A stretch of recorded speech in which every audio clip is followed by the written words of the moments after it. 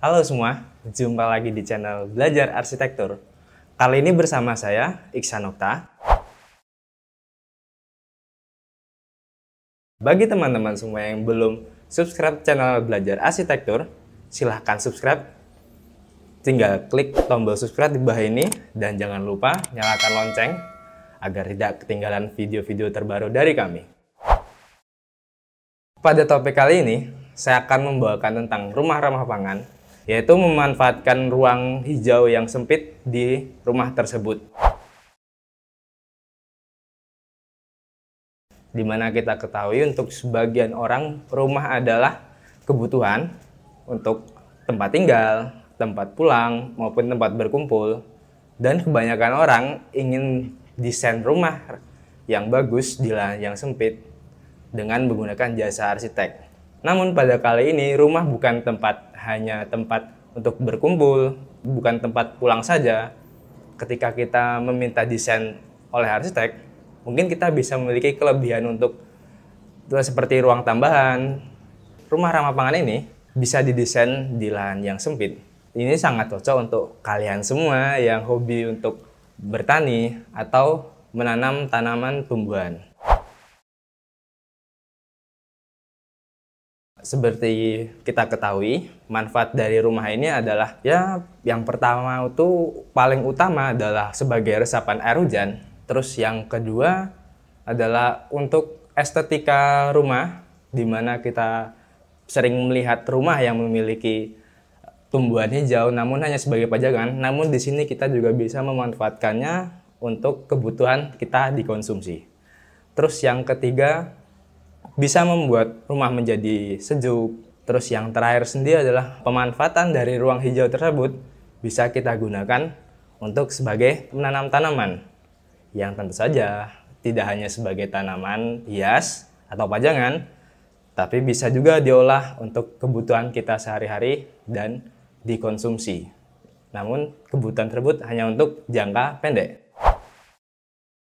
Dari manfaat yang tadi, kita bisa menggunakan lahan tersebut untuk tempat menanam tanaman, yaitu gimana sebenarnya cara untuk memanfaatkan lahan tanaman tersebut agar bisa mencakupi kebutuhan kita, atau apa saja sih sebenarnya media dan teknik untuk cara menanamnya sendiri itu.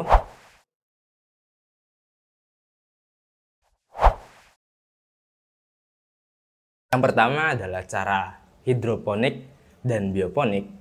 Itu dimana kita bisa menggunakan media paralon atau talang plastik sebagai media tanahnya untuk kita menanam tanaman tersebut. Itu bisa kita susun secara vertikal ke atas supaya kita bisa mendapatkan lebih banyak space untuk tanaman tersebut. Terus yang kedua itu ada cara menggunakan polybag. Seperti kita ketahui sendiri, polybag itu bisa kita susun secara horizontal di tanahnya langsung. Nah, dari cara polybag tersebut bisa memaksimalkan lahan kosong yang ada di bawah. Namun, ketika kita ingin mendapatkan tempat yang banyak atau ruang yang banyak untuk tanaman kita menggunakan polybag, kita bisa saja menggunakan alat bantu seperti rak yang bisa disusun untuk vertikal ke atas. Nah, cara menyusun dengan vertikal ke atas tersebut bisa memunculkan sebuah kesan vertical garden pada rumah kita, sehingga dapat membuat rumah kita menjadi estetik. Selain itu, sebenarnya apa saja sih tumbuhan yang bisa bertahan di lahan yang sempit tersebut? Pertama itu ada wortel. Wortel ditanam langsung di media tanah, tidak menggunakan polybag. Karena kenapa? Kita ketahui sendiri kalau polybag punya kapasitas tanah yang terbatas. Namun ketika kita langsung nanam di dalam tanah, wortel bisa tumbuh secara sempurna. Kenapa? Karena wortel sendiri membutuhkan kedalaman tanah yang cukup dalam. Yang kedua itu ada tumbuhan daun bawang. Kita bisa nanamnya di polybag yang disusun secara vertikal, atau kita bisa menggunakan cara bioponik.